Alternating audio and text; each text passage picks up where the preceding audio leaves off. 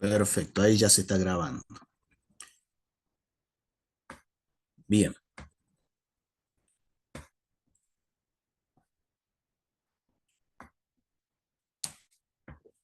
bueno, me comentan qué están viendo en pantalla, chicos. ¿Ya están viendo compartida la pantalla?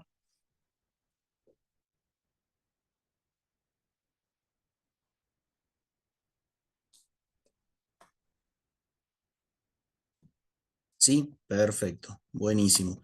Ah, una cosita más que, que bueno, eso me gustaría después que me agreguen al grupo de WhatsApp, ¿sí? Que creen, ahí estuve viendo en el chat que estaban, digamos, organizando por medio de un link el grupo de WhatsApp.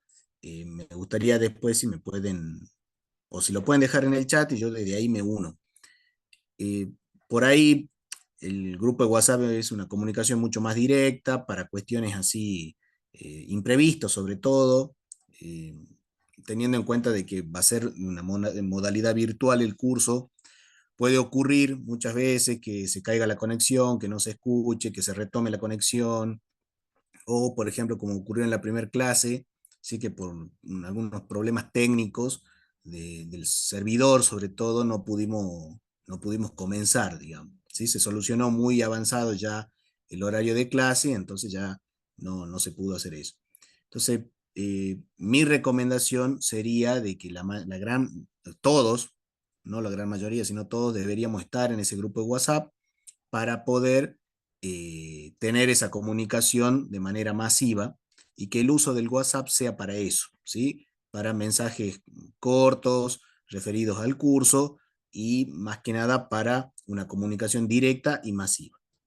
Así que yo ahí no voy a subir material, el material se va a subir en la plataforma, pero sí es útil, como le digo, utilizar esa herramienta para mensajes directos, mensajes sobre cuestiones imprevistas, operativas que puedan surgir. Así que bueno, en ese grupo sí me voy a incluir como para poder comunicarme con ustedes. Eso les quería comentar. Bueno, cuando ustedes ingresan a la página, van a tener una presentación así como esta, finanzas para emprendedores, números para un emprendimiento. La organización que vamos a tener en el curso, en el dictado del curso, va a ser por clase, o sea que ustedes por cada clase van a tener el material y después Nelson, que es el tutor del curso, va a ir subiendo en cada una de estas pestañitas que corresponde a cada una de las clases, la clase grabada que vamos a tener. Y también va a haber otra pestaña que acá no la estoy viendo, pero bueno, vamos a agregar el tema de la asistencia. La asistencia se hace por un formulario Google, en donde ustedes van a entrar en la asistencia y van a dar el presente, eligiendo la opción presente en ese formulario. La asistencia va a estar abierta, ¿sí? Ya lo vamos a calendarizar, pero va a estar abierta una vez finalizado el curso o una media hora antes que termine el curso para poder dar el presente. Esta, como es la primera clase de presentación, van a tener habilitado recién a la tarde la asistencia y lo que yo les diría es que entren un ratito y antes de las 12 de la noche de hoy le den el presente para que les compute la asistencia. Eso es excepcionalmente en la primera clase y después todas las otras clases van a tener recién habilitada media hora antes que termine la clase la asistencia, ¿sí? Eso es para organizarnos. En cuanto al material de estudio que vamos a trabajar, yo les voy a hacer los resúmenes y les voy a dejar ya sea en formato PDF o en formato Word, el material que ustedes van a tener que leer. No es muy amplio, la gran parte del desarrollo del curso lo damos, perdón, de las actividades las damos durante el desarrollo del curso, tanto la teoría como la práctica, pero por ahí, para que ustedes después puedan reforzar lo que vimos en clase o volver a leer, volver a analizar lo que vimos, les dejo el material, ¿sí? Eh,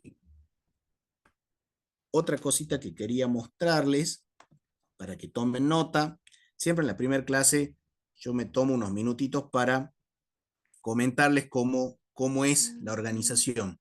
Ustedes cuando entran en la plataforma,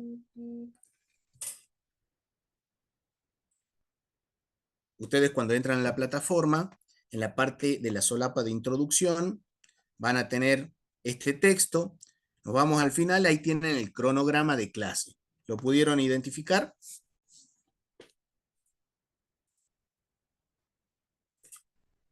Bueno, si no, cuando entren no va a haber problema. La primera clase es la que se reprogramó, ¿sí? El cronograma ya lo voy a, en realidad vamos a recuperar hoy, ya tocaría un segundo tema y el TP1, pero bueno, esto lo vamos a recuperar con la clase del 29. No se preocupen, eso ya se reprograma, pero para que ustedes tengan presente cosas importantes. La fecha del primer parcial, este es un curso que se va a tomar dos instancias parciales de evaluación. La fecha del primer parcial es el día 19 del 8, ¿sí? Y la fecha del segundo parcial es del 4 del 9. Si quieren ir tomando nota o si bien esto ya lo van a tener subido en la página, en la plataforma, perdón. Una cosa importante, o dos cosas importantes en realidad. Primero, que el parcial se puede realizar durante toda la jornada. Es decir, una vez que ustedes ingresan a esa fecha, en esa fecha, a partir del horario de clase, tienen hasta las 12 de la noche para resolver, o sea, para poder ingresar. Pero una vez que ustedes ingresan, hay un tiempo de examen, que es lo que le va a durar el parcial. Eso está pensado para las personas que trabajan o que ese día no puedan, digamos, asistir en el horario de clase, tienen la posibilidad de rendirlo en cualquier horario dentro de la franja horaria de ese día, es decir, hasta las 12 de la noche. Los parciales se pueden recuperar ambos al final del curso, hay una fecha estipulada que es el 9 de septiembre y posterior a eso vamos a hacer lo que se llama la elaboración de un plan de negocios. Un plan de negocios, que ese es el proyecto final. Yo después les voy a dar cuáles son las pautas, que es lo que vamos a ir desarrollando en cada uno de los encuentros que tengamos a lo largo de este curso, pero después van a tener como una guía para hacer el plan de negocio. Ustedes van a elegir un negocio, ya sea que lo tienen o que ficticio. Le voy a dar algunas digamos, casos hipotéticos. Van a llevar a cabo el plan, la elaboración del plan de negocio y van a tener una semanita, ¿sí? Posterior a el 11 del 9. Entonces, el 11 del 9 es nuestra última clase. Ahí les voy a dar las instrucciones. Vamos a seguir en contacto vía plataforma, vía Zoom o vía WhatsApp, no hay ningún problema. Pero sí, una semanita posterior a el 11, o sea, ya sería el 18, van a tener que presentar ese trabajo para aprobar el curso. El curso se aprueba con el plan de negocios. Y para acceder al plan de negocio tienen que tener aprobado los dos parciales o sus respectivos recuperatorios. ¿Sí? No es difícil, es sumamente práctico. Ya después van a ver que son herramientas que uno quizás ya la está utilizando, nada más que de otra manera o no le está sacando la verdadera potencia o provecho que tiene la herramienta. ¿Sí? Bueno,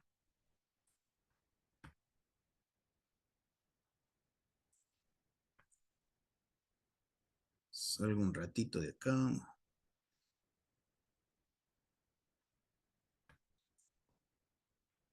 Bien.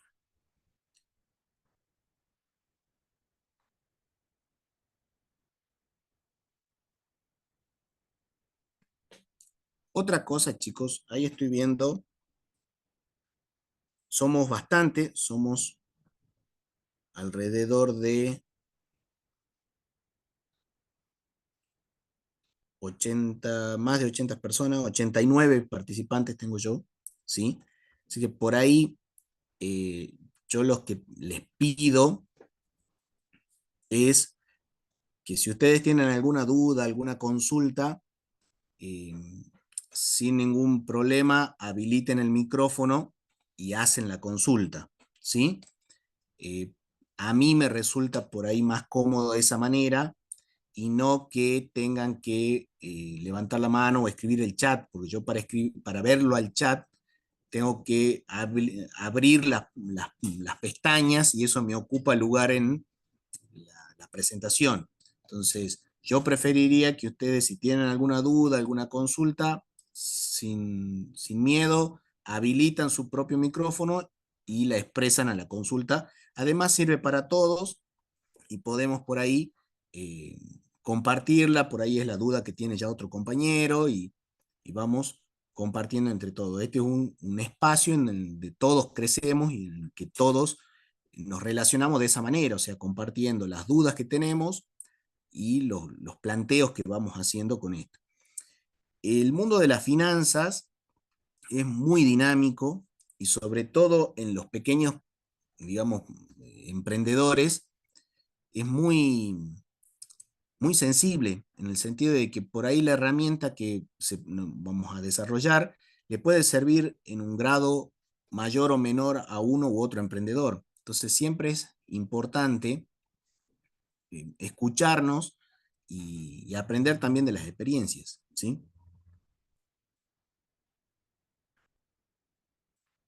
Bueno, a ver, vamos a cargarlo.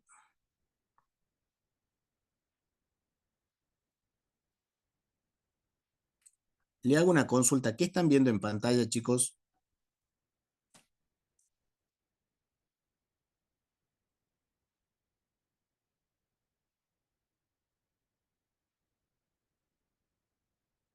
¿Se está viendo la presentación?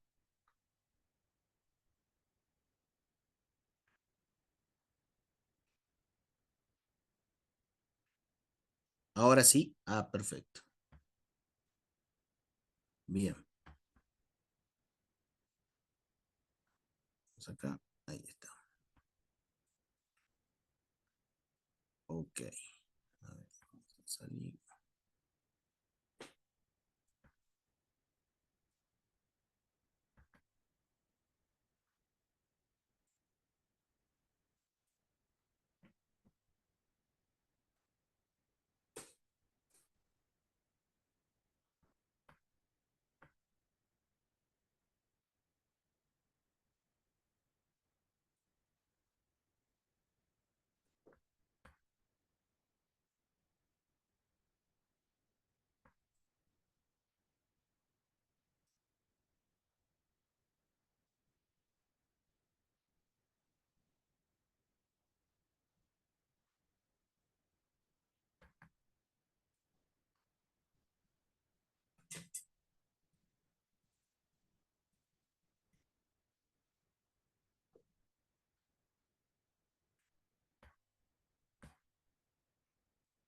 Bien,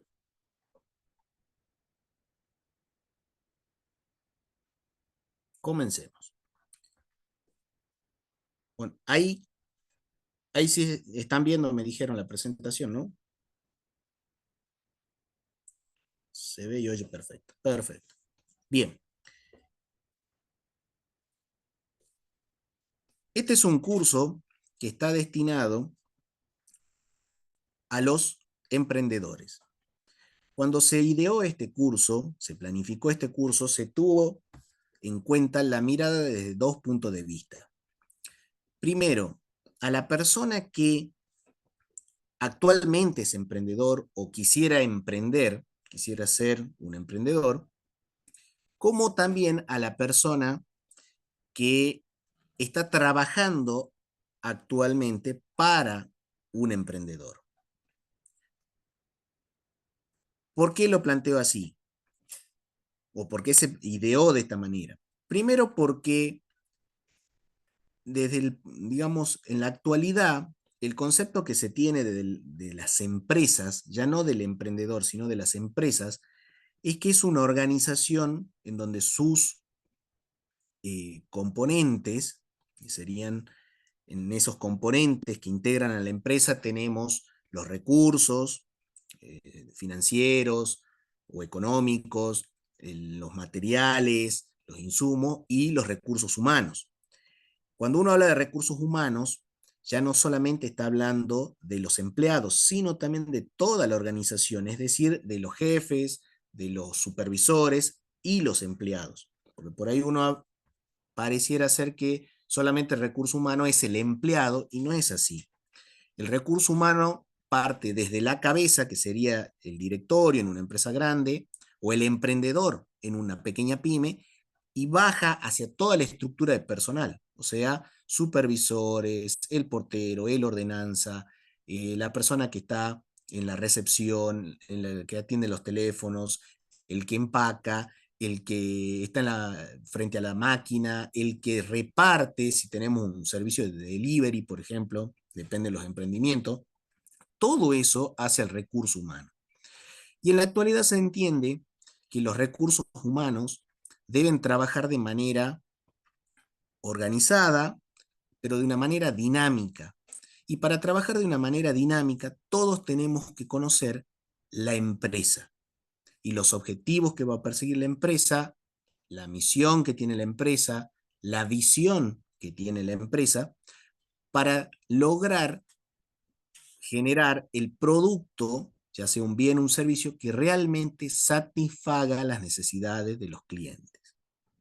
Entonces, cuando se planteó este curso, se le dio esas dos miradas, porque los asistentes de este curso podrían ser personas que ya están emprendiendo o quisieran emprender, como también personas que están actualmente trabajando para un emprendedor.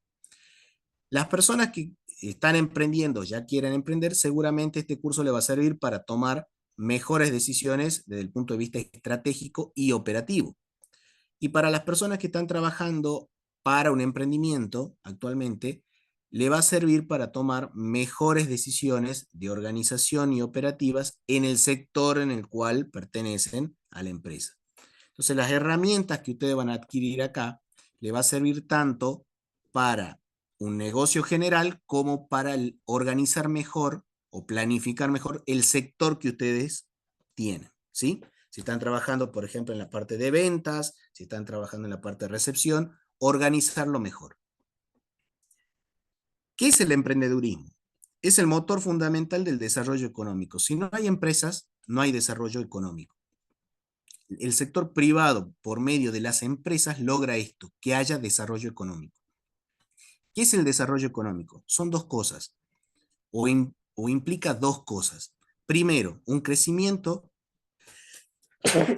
perdón, un crecimiento de lo que se llama, digamos, los ingresos o la actividad económica, que haya ventas, que la gente tenga dinero para comprar, que son dos cosas distintas, ¿sí? Mientras hay ventas, las empresas ganan plata, con lo que ganan las empresas pueden contratar más gente o a la gente que tienen pagarles mejor, y la gente teniendo mejores sueldos vuelve a comprar. Entonces se hace un círculo vicioso, virtuoso. Pero no solamente es que aumente la actividad económica o la economía o el incremento de las ventas, sino que la sociedad en su conjunto tenga un mejor nivel de calidad de vida. Entonces, no se trata de crecer a cualquier costo, sino crecer económicamente hablando, pero con un mejor nivel de calidad de vida. ¿Y dónde se mide la calidad de vida? Se mide en la satisfacción de las necesidades. Entonces, cuando dice el emprendedurismo es un motor fundamental del desarrollo económico, es porque hace pie en esos dos aspectos. Primero, que genere mayor actividad económica, o sea, el crecimiento de la economía, pero a su vez que en la sociedad goce de mejores productos, servicios que aumenten o mejoren el nivel de calidad de vida, ¿sí? Se refiere a la creación de nuevos negocios y proyectos que generan riqueza y empleo. Y como le había contado, los emprendedores son personas que tienen la iniciativa de crear sus propios proyectos, tomando riesgos e innovando en el mercado. Muchas veces no innovamos en el mercado, simplemente eh, le damos una impronta distinta a algo que ya existe en el mercado, ¿sí? Ejemplo, una pizzería. No vamos a inventar una forma diferente de hacer una pizza. Sin embargo, podemos mejorar la atención, mejorar el servicio, mejorar el packaging, mejorar por ahí algunas cosas que, a ver, Por ejemplo, ¿sí? Hay negocios, por citar algunos, que por ahí conocemos todos, eh, una cadena de hamburgueserías, creo que es McLucas, que está abierto, ¿sí? Todos los días, todas las horas, generalmente. Yo vivo en zona norte, ahí en la universidad hay uno que una vez preguntándole a uno de los empleados, me comentó que sí, que ellos abren todos los días con turnos rotativos y que prácticamente están abiertos todo el día. Si uno se pone a pensar ese negocio, uno dice, bueno, uno generalmente cuando consume un pancho, una hamburguesa, un lomito, un matambre, en los momentos de almuerzo cena. Entonces uno dice, ¿cuál sería el sentido de que esté abierto, por ejemplo, el negocio hasta las 4 de la mañana, ¿sí? De un martes, en un lugar como al lado de la universidad. Seguramente hay demanda. ¿Qué significa eso? Que hay personas que a ese horario tienen la necesidad de consumir un pancho, una bebida o quizás algo, ¿sí? Entonces, los negocios muchas veces no es que está inventando una nueva forma de hacer el pancho, sino que está prestando un servicio diferente, ¿sí? Otros ejemplos son por ejemplo, las casas de las canchas de pádel. Las canchas de pádel, por ejemplo, o las canchas de fútbol, muchas veces en los horarios de la mañana no ofrecen, o sea, no están abiertos, no ofrecen su servicio y tienen horarios nocturnos hasta impensados. A ver, yo en lo personal conozco gente que ciertos días de la semana juega a la pelota de 1 a 2 de la mañana, ¿sí? Y uno dirá, pero ¿por qué ofrecen ese servicio? ¿Por qué? Y bueno, lo ofrecen porque hay una demanda. Demanda es un conjunto de personas que no se conocen entre sí, pero que tienen una necesidad común, ya sea por horarios de trabajo, por disponibilidad de tiempo, por cercanía al lugar, coinciden en que de 1 a 2 de la mañana pueden jugar y desean jugar a la pelota. Entonces hay una empresa, que sería el emprendedor. Ojo, cuando uno habla de empresa, no hace alusión al tamaño. Uno generalmente dice empresa, algo muy grande, y no. El almacén de la esquina, la ferretería de barrio, la boutique, son empresas, ¿sí? Las empresas tienen escalas. Están las pymes, que serían las pequeñas y medianas empresas, y las grandes empresas. Pero todas son empresas. Y todos los titulares de esas empresas, los dueños de esas empresas, son emprendedores. Entonces, eso es como para ir aclarando algunos conceptos técnicos que sí lo vamos a utilizar a lo largo del curso. Entonces, volviéndole al ejemplo que le estaba dando, cuando hay demanda, es decir, cuando hay un conjunto de personas que no se conocen entre sí, pero que comparten una necesidad en común, o que quieren satisfacer una necesidad en común, como ser esto de jugar a la pelota, en ese horario, hay empresas que ofrecen ese servicio, ¿sí? Una canchita de fútbol que ofrece ese servicio. Eso es importante, detectar las necesidades que tienen las personas para esto, para innovar en el mercado. Entonces habrá muchas canchas de fútbol, pero no muchas canchas de fútbol abiertas de 1 a 2 de la mañana, o que se queden hasta ese horario.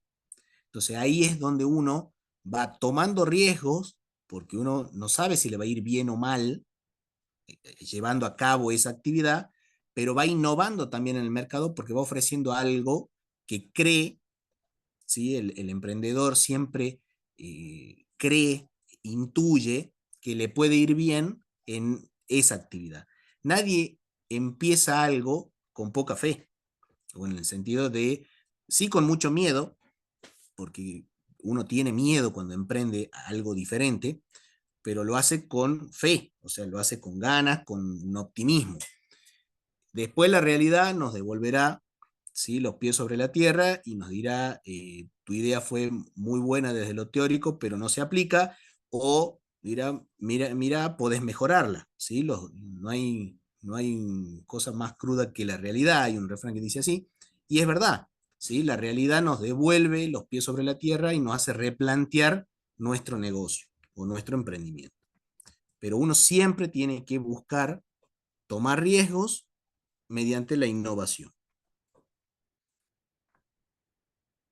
Bien, tres palabras clave o tres conceptos fundamentales. Primero, ¿qué es emprendedor? ¿Qué es emprendimiento? ¿Y qué es emprendedurismo? Emprendedor es un individuo que tiene la capacidad de crear nuevas empresas asumiendo riesgos y liderando proyectos. Tiene una visión clara, un plan estratégico y una capacidad de adaptación a las circunstancias cambiantes del mercado.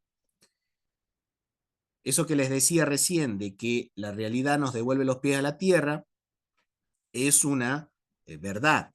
Pero ¿qué hacemos cuando volvemos a estar con los pies en la tierra? O sea, cuando la realidad nos devolvió otra información distinta a la que nosotros planificamos.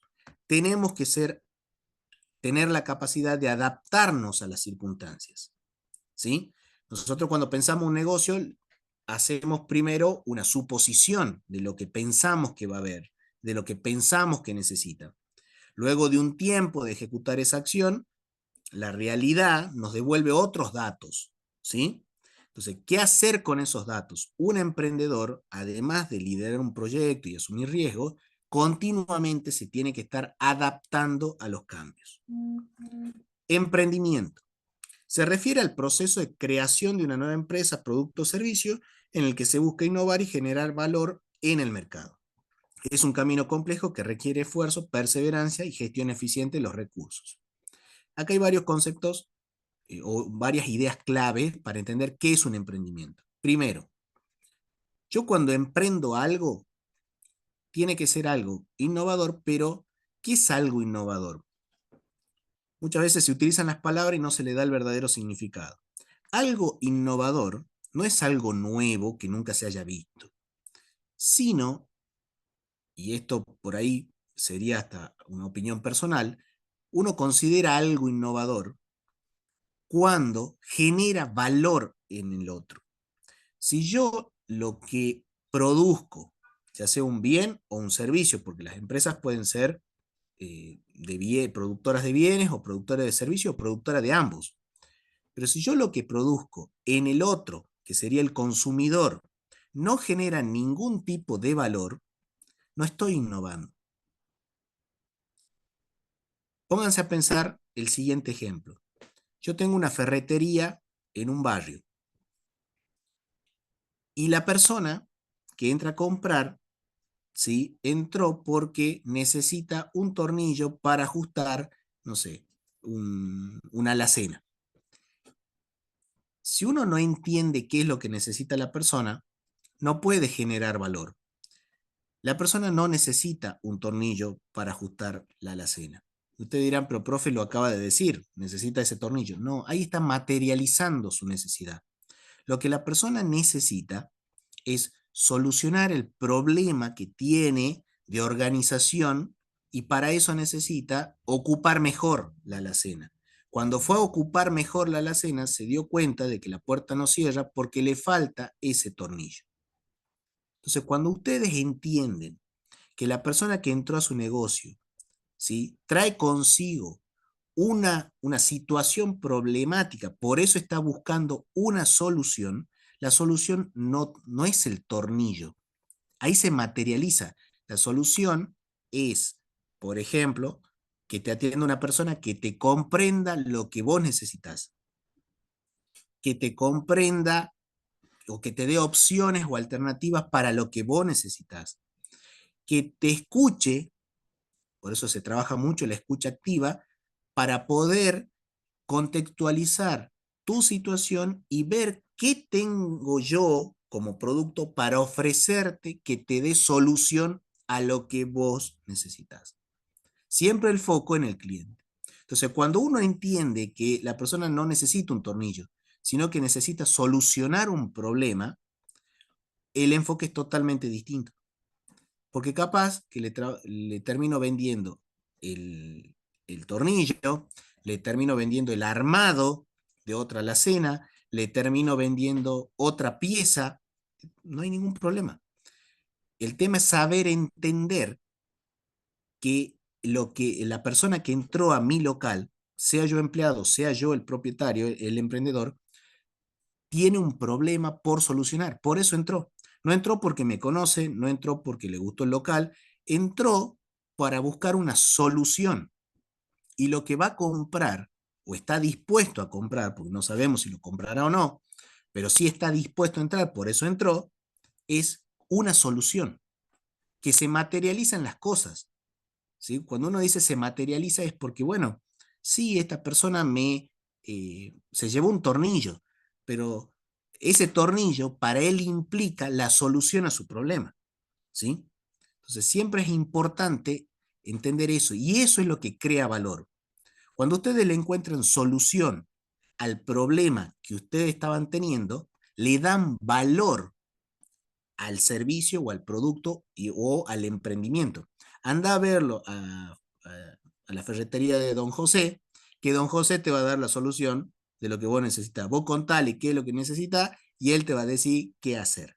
Bueno, cuando uno llega a escuchar esa frase de un cliente con respecto al negocio de uno, realmente ahí se da cuenta y puede constatar de que su negocio en ese consumidor generó un valor. ¿Sí? Entonces, eso es importantísimo tenerlo en cuenta. La generación de valor está en eso. Y para eso se trabaja muchísimo, ¿no?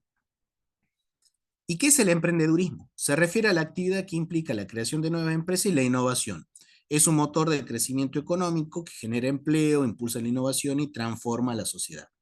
Si uno haría una pequeña síntesis relacionando estos tres conceptos, podría decir, si uno lo ve a puertas adentro, ¿qué tenemos? En una empresa vamos a tener un emprendedor y vamos a tener, propiamente dicho, una empresa o emprendimiento, ¿sí?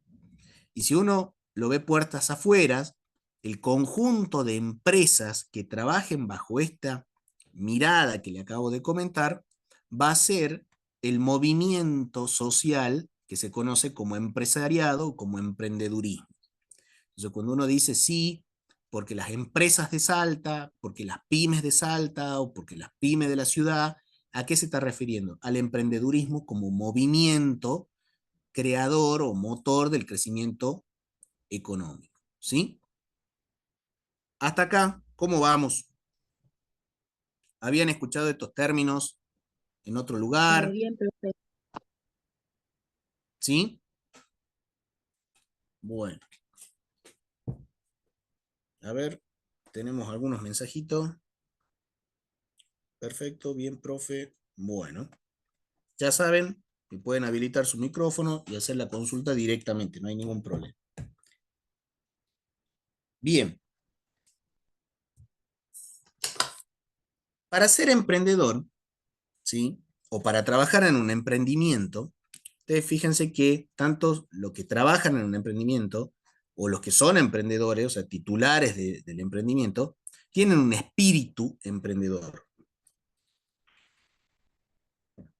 Ustedes pónganse a pensar, y esto tiene mucho que ver con nuestra forma, no solamente como latinoamericanos, sino particularmente como argentinos.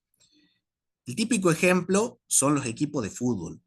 ¿Qué lo hace grande o qué lo hace valioso a un equipo de fútbol por sobre otro? ¿O dónde está la competencia siempre? Muchas veces no en la cantidad de trofeos que tiene, sino en toda esa mística que se crea alrededor de un equipo de fútbol que nos termina identificando y nos termina generando cierto, bueno, una satisfacción personal, primero, porque por eso lo hacemos, pero después es un espíritu de... Entonces, ustedes pueden tranquilamente ver o identificar una persona que es, supongamos, hincha de un club de Tucumán, como hincha de un club de Neuquén, como hincha de un club de Buenos Aires, porque tienen costumbres, modos, acciones, desde el momento de prepararse para ir a la cancha, del momento de organizarse, ¿sí? Ustedes pueden tranquilamente identificar, por ejemplo, ¿sí? Cómo son las hinchadas o los aficionados que les gusta el tenis, como los aficionados digamos, las personas que les gusta ir a ver rugby o que les gusta ir a ver vóley, porque son distintas formas de manifestar su aliento para lo, cuando van a un partido. Y fíjense que hay un factor común en todos esos ejemplos que le di, que es la competición. En el tenis se compite un tenista contra otro, en un partido de vóley compite un equipo contra otro, en el rugby compiten un equipo contra otro y en el fútbol también. Entonces, frente a un mismo hecho que es la competición y frente a un mismo fanatismo, porque el que va a ver un partido de tenis, hinchar por un tenista u otro, se comporta de una manera, el que va a un partido de fútbol, más en un clásico, se comporta de otra manera, el que va, por ejemplo, a un partido de vóley, se comporta de otra manera, ¿sí? Son diferentes frente al mismo hecho que es la competición.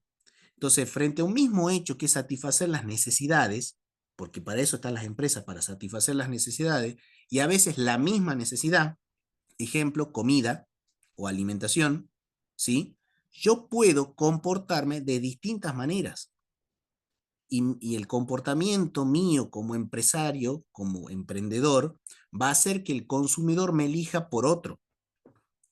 Ejemplo, nosotros conocemos muy bien, ¿sí? Si nosotros queremos tener una cena romántica, ¿a qué lugar ir? Si nosotros queremos tener una reunión de amigos, ¿a qué lugar ir? Y si queremos tener una reunión o un desayuno de trabajo, ¿a qué lugar ir? Y las tres pueden ser confiterías o restaurantes, que queden en un mismo espacio físico, quizás las tres, qué sé yo, en alguna parte del centro. Pero sabemos a qué lugar ir, depende de la necesidad que tenemos. Fíjense que la necesidad no es alimentarse, sino compartir un momento y va a cambiar la situación. Entonces, eso tiene que saber el emprendedor.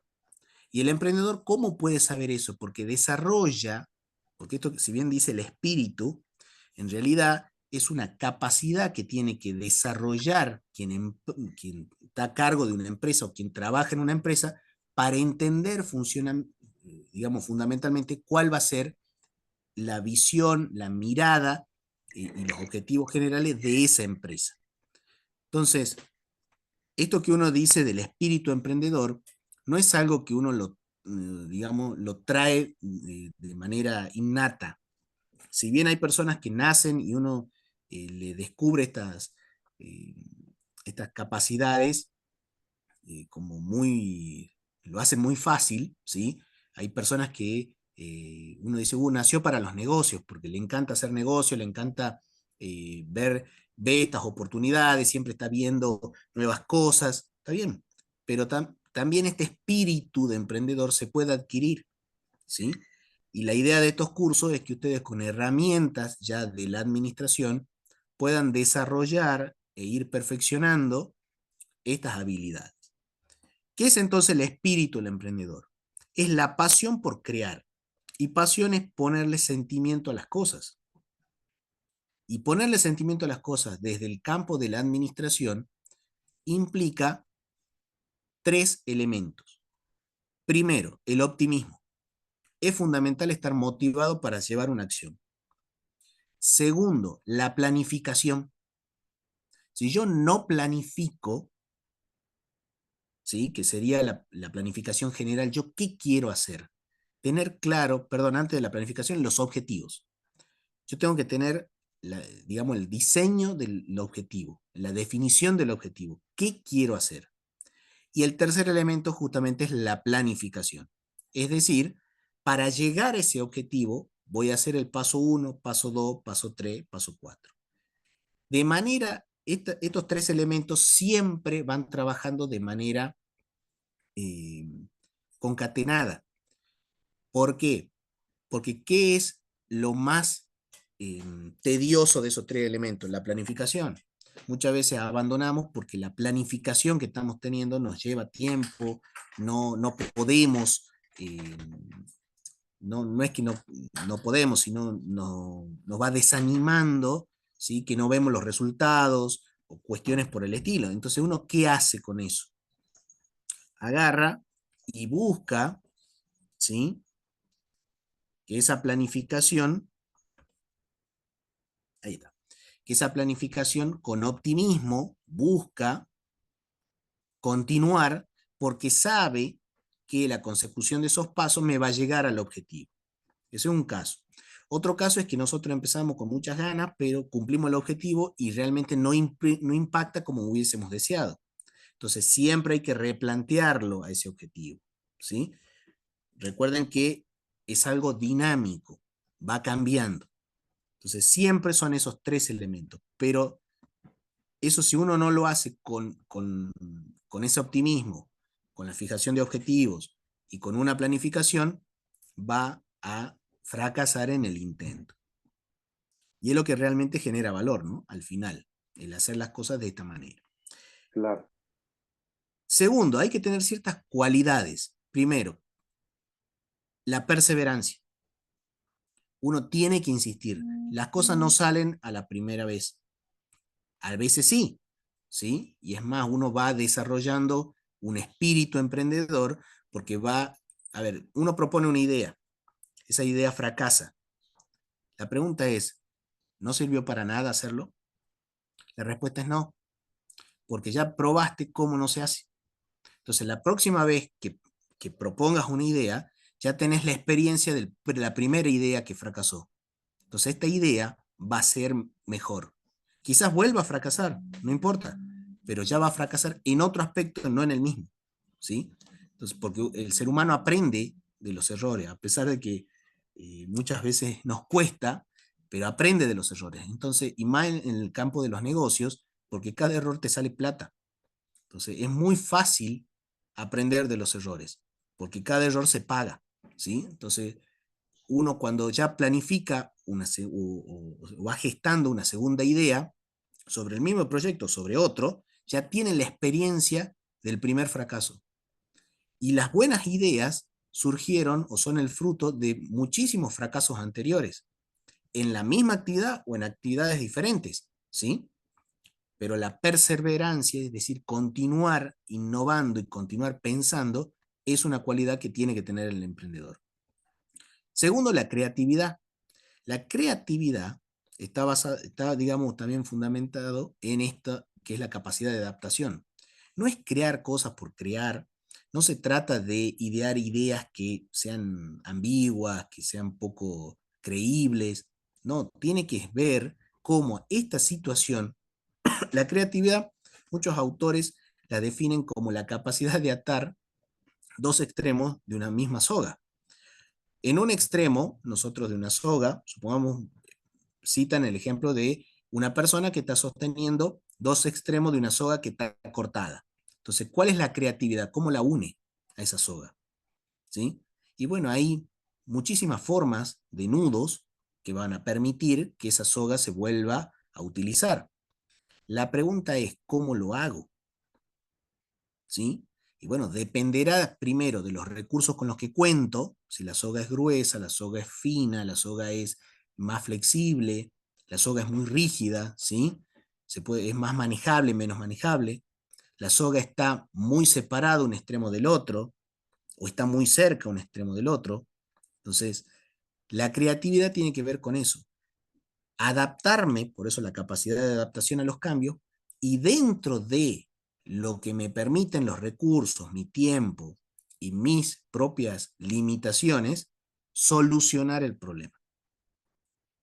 Eso es creativo, eso es creatividad. Buscar la solución a un problema atendiendo las necesidades que tengo que satisfacer, pero con mis limitaciones y con los recursos que tengo. Entonces, generalmente no es la solución óptima, pero es la que puedo llevar a cabo. Y eso es importantísimo, ¿sí? Quizás yo en una pizzería no pueda hacer la mejor pizza de Salta, que me gustaría hacerla, pero no la puedo hacer porque no tengo el horno preciso, el queso lo tendría que traer de otro lugar, el tomate tendría que ser orgánico. Está bien, no puedo hacer la mejor pizza de Salta y me doy cuenta que no puedo hacerla.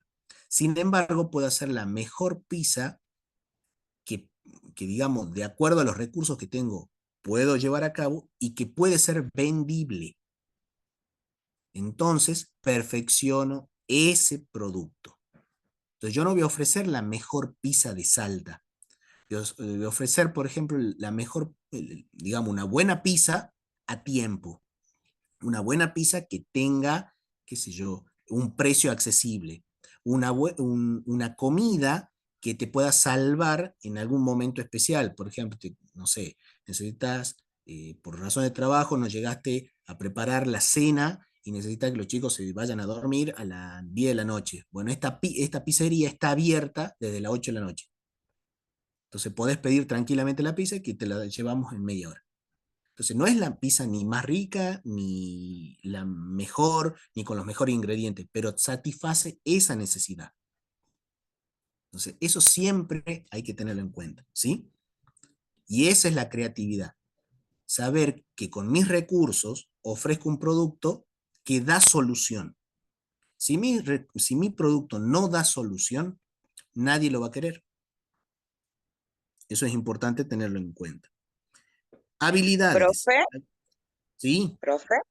No, sí, sí, no. que Escucho. yo veo que mayormente los emprendedores de comida como Sí, que fracasan mucho en la parte de brindar el servicio, porque ellos se enfocan en, calculo yo, ¿no? Que se enfocan en decir, bueno, preparo algo rico, qué sé yo, pero se olvidan totalmente de que la gente que está pidiendo comida necesita comer. Para mí me parece una exageración 1 hora de espera en una sandwichería, por ejemplo.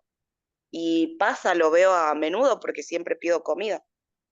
Entonces como que no está fallando esa organización ahí o le fallará el delivery, no sé, pero bueno, eh, como que la sí, mayoría fracasa en eso. sí. Y es muy probable que, así como lo estás viendo vos, eh, lo esté viendo otra gente. A ese problema. Y otra gente, sí, se puede estar pensando, che, ¿y si yo pongo una pizzería que no ofrezca la misma calidad, pero que te dé una hamburguesa en un menor tiempo? Quizás no sea igual de rica por medirlo de alguna forma y compararlo con este local que está proponiendo, pero sí te soluciona el problema de la espera. Entonces, mi servicio, suponte que yo sea el que eh, está pensando eso, que tuvo la experiencia que tuviste vos, que fue a ese lugar y dijo, mira, ¿por qué se demora tanto 1 hora? Puede ser muy rico el servicio, pero la verdad que la espera es excesiva. Entonces yo voy a poner una pizzería al lado, o una hamburguesería al lado, o en otra parte, ¿sí? Cuya principal virtud de mi producto sea eso, un producto de buena calidad, pero digamos, la celeridad. Te lo voy a entregar en 20 minutos, en 30 minutos, te lo llevo a tu casa en 15 y es algo común, ¿no? Por ahí no sé si acá en Salta se dio mucho, pero en otros lugares eh, había servicio de comida rápida que decía, si tu delivery llega posterior a la media hora, no lo tenés que pagar, ¿sí? Entonces había hasta como esa garantía que te daba la pizzería de que si llegaba, por ejemplo, uno pidió a las 11 y lo decía expresamente como una política empresarial, si llega más de media hora el delivery, no lo tenés que pagar. El delivery cuenta el costo del delivery va por cuenta de la empresa y en otros casos también el precio de la pizza iba por cuenta de la empresa.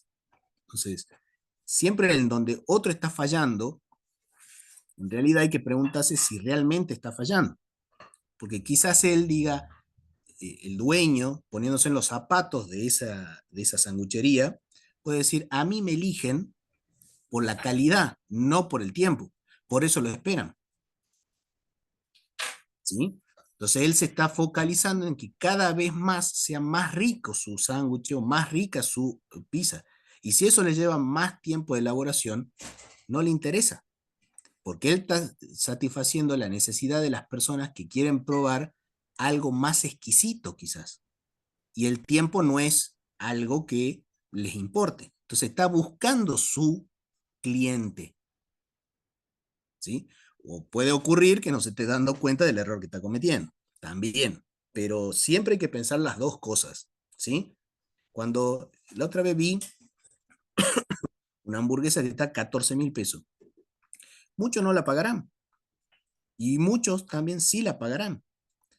Depende qué trae, depende cómo se hizo, depende de muchísimas cosas. Creo que es de un cocinero que ganó un premio y que les pone eso, que él se asoció a una cadena de hamburguesería y salió publicado, creo que en el diario El Tribuno, digamos, la inauguración del lugar, y tenía como producto principal una hamburguesa que tenía particularidades, o sea, muy específica, pero el precio era ese, que llamaba la atención al periodista, que el precio era ese, o sea, iba de los 15.000 a los 22.000 pesos los precios de esa hamburguesa.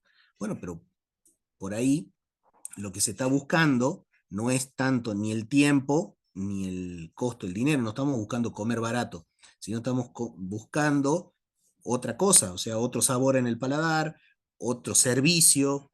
Eh, en, Cuando yo era profesor de secundario y daba estos temas en una materia que era administración, los chicos de secundario, eh, logré llevarlos a McDonald's para que conozcan los chicos el proceso de McDonald's. Y siempre tenían una pequeña charla con el gerente de McDonald's, la que en Salta, que era amigo del dueño del colegio. Y yo les decía, bueno, a ver, comentarle qué es lo que ofrece McDonald's, por dar un ejemplo. Y él me dice, McDonald's no ofrece una hamburguesa. McDonald's lo que ofrece es un momento agradable que lo pases con las personas que vos quieras. O sea, te ofrece esa experiencia.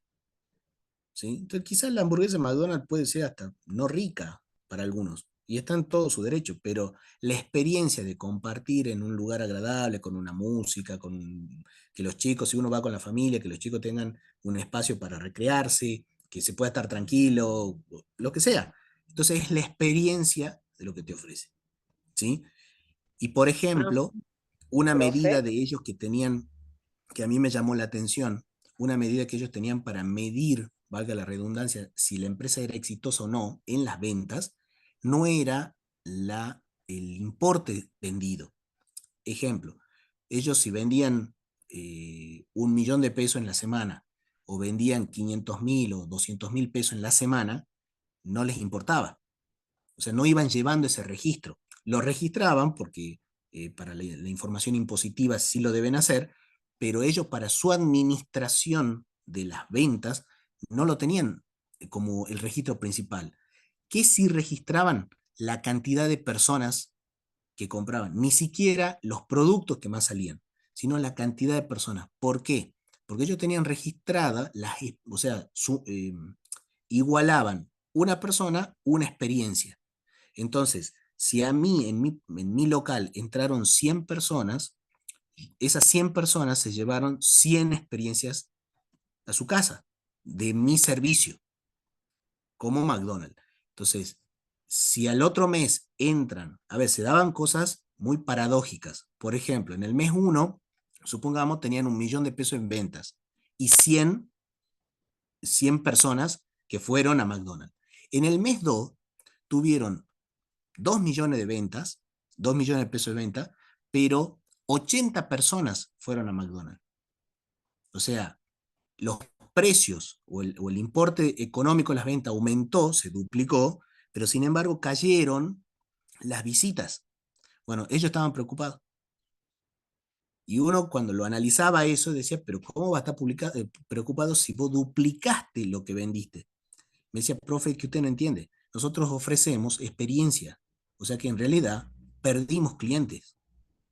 Porque esos clientes que venían a McDonald's buscando una experiencia, la están buscando en otro lado.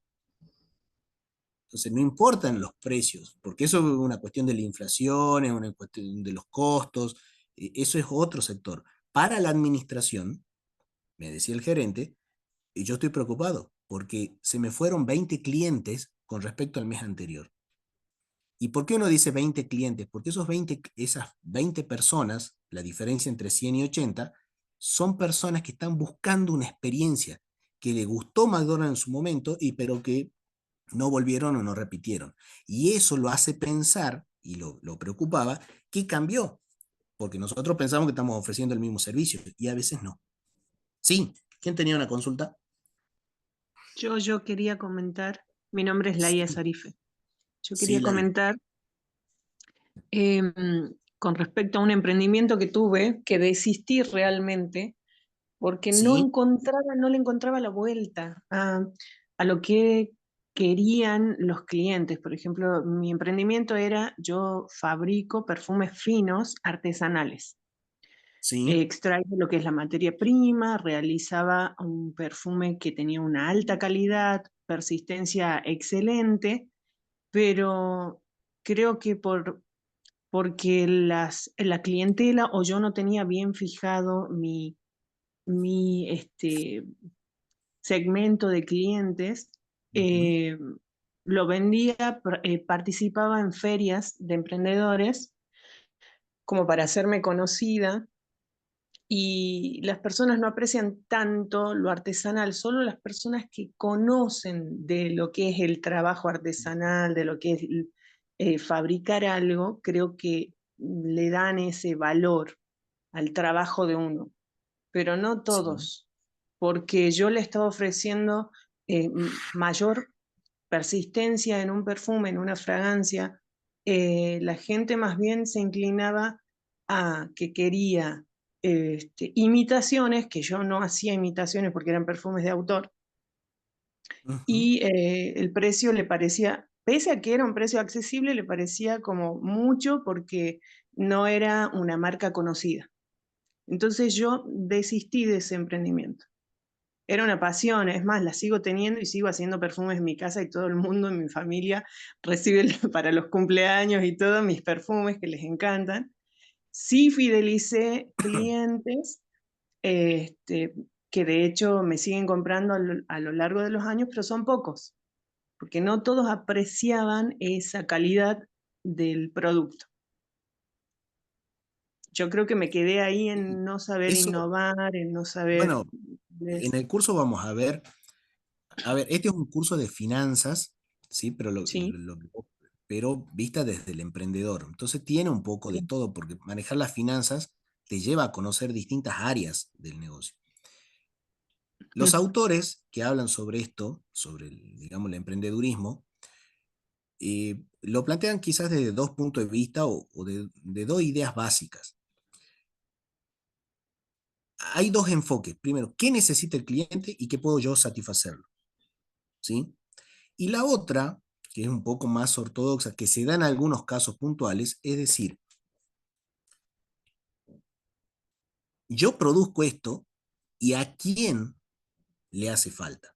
Entonces, una es poner el foco en el consumidor, donde la mayoría de los autores dice que sería en principio la mirada general, y otra es poner el producto, el foco en el producto.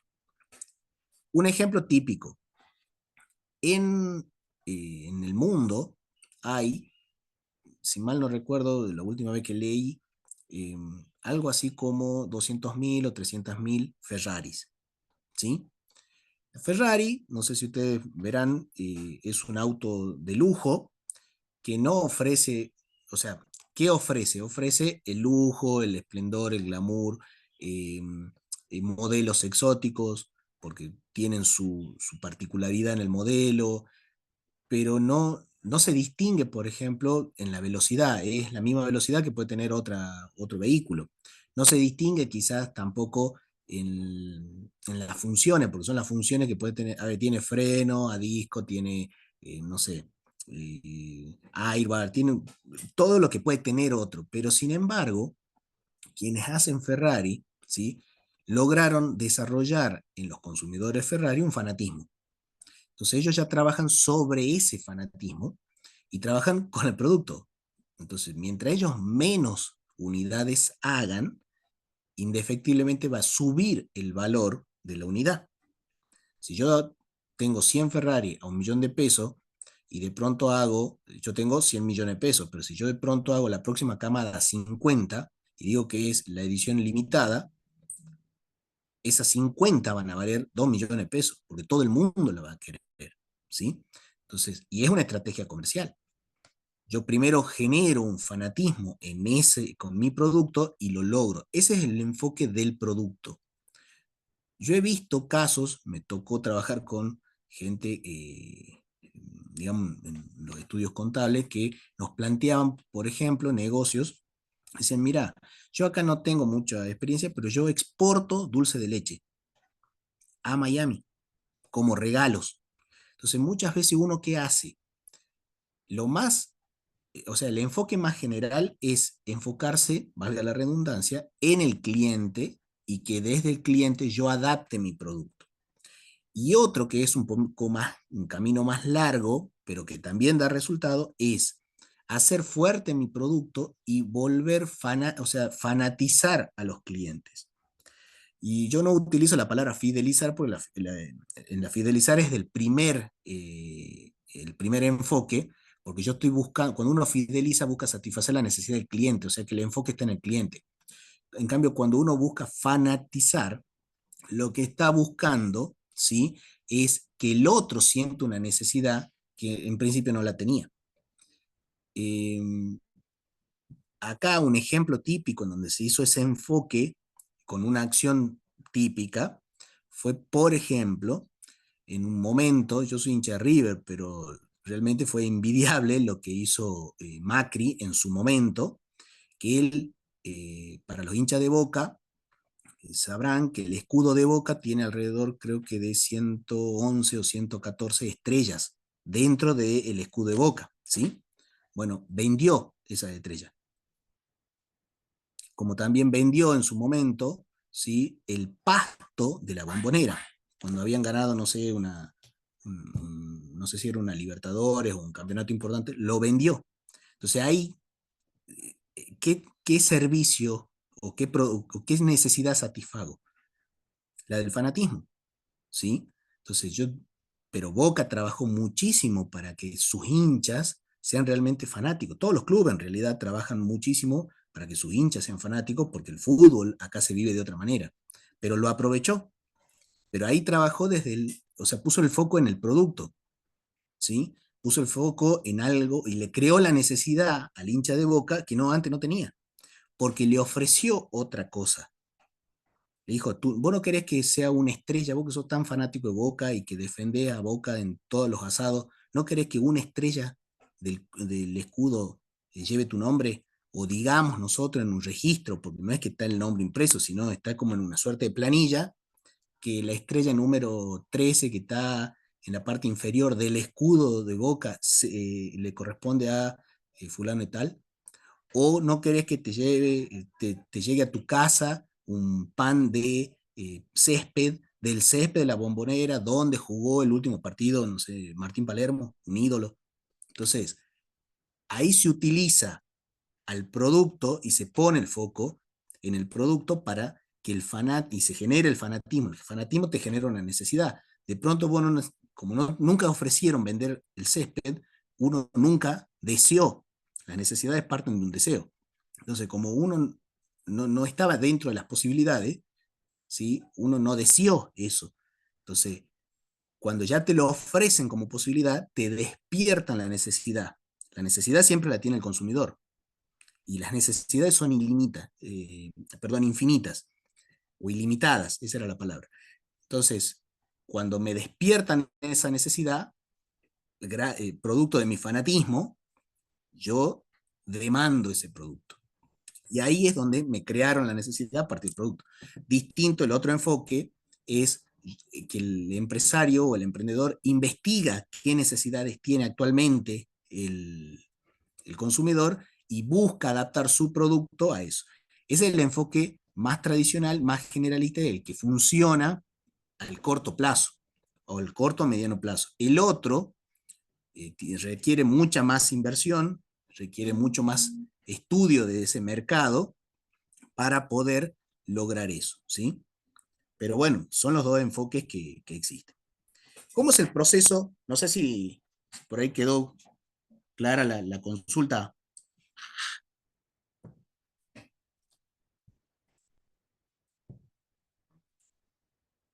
Bien. ¿Cuál es el proceso emprendedor? Parte de una idea, que es la ideación. Después esa idea se desarrolla en la construcción de un producto, ese producto se lanza al mercado, y lo que se busca una vez que se lanzó ese producto al mercado, y ahí es donde entra la actitud de la perseverancia, es de darle crecimiento, ¿sí? Unos piensan que a veces la mayor inversión que tiene un emprendedor es en el desarrollo o en el lanzamiento, y en realidad es en el crecimiento, porque ¿cuántas veces uno desarrolló un producto? Una vez. ¿O cuántas veces lo pensó al producto como idea final? Una, dos veces. ¿Sí? ¿Cuántas veces lo desarrolló el producto? Una, dos veces. ¿Cuántas veces lo lanza al mercado? ¿Cuántas veces se hace una inauguración de un local? Una sola vez. Ahora, mantener ese local abierto, mantener ese emprendimiento abierto durante un tiempo considerable, que es un tiempo considerable para los negocios, entre 6 meses y un año. ¿Por qué? Porque ahí uno va a ver las estacionalidades. ¿Qué quiere decir eso? Los altos y bajos que tiene ese negocio en ese lugar, porque los negocios son particulares. Entonces, yo puedo abrir una despensa en un barrio de zona sur y me puede ir muy bien. Y puedo abrir una despensa con los mismos servicios, las mismas personas, la misma mercadería en un barrio de zona oeste y me puede ir muy mal. ¿Sí? Entonces, ¿cómo yo voy a saber cuál es mejor? Cuando terminado un año, como mínimo, hago un balance. Entonces, yo voy a poder saber si la sucursal de la zona sur o la sucursal de zona oeste, una es mejor que otra, cuando tengan un mismo tiempo de permanencia en el mercado, ¿sí? Y a un mismo nivel de inversión, ¿no? Si yo le pongo más plata a una sucursal, a un almacén que al otro, obviamente no está siendo pareja la comparación, pero a un mismo nivel de inversión y una misma cantidad de tiempo, sí puedo compararlos. Entonces, el crecimiento es la etapa en donde mayor inversión tiene que hacer el emprendedor. Y una inversión, le diría que hasta continua. Bien, el pensamiento estratégico para los emprendimientos. ¿Qué es esto del pensamiento estratégico? El pensamiento estratégico es un proceso reflexivo que permite definir objetivos y trazar un camino para alcanzarlo en un contexto empresarial. Bueno, esto es parte de lo que ya venimos hablando. Es decir, yo necesito primero fijarme un objetivo. Si yo no tengo un objetivo, no puedo continuar. Y no importa que ese objetivo no sea el que después mantenga, porque el objetivo se puede reformular. Lo importante es que comience con un objetivo. Si yo comienzo a invertir en algo y no sé para qué, o estoy viendo, estoy sondeando, estoy explorando el campo, no es bueno. Salvo que el objetivo sea ese. Entonces yo sí voy a saber qué hacer. Toda acción tiene que estar coordinada. Un objetivo, por ejemplo, podría ser investigar un poco el mercado. Entonces, para investigar un poco el mercado, yo me voy a planificar ciertas estrategias.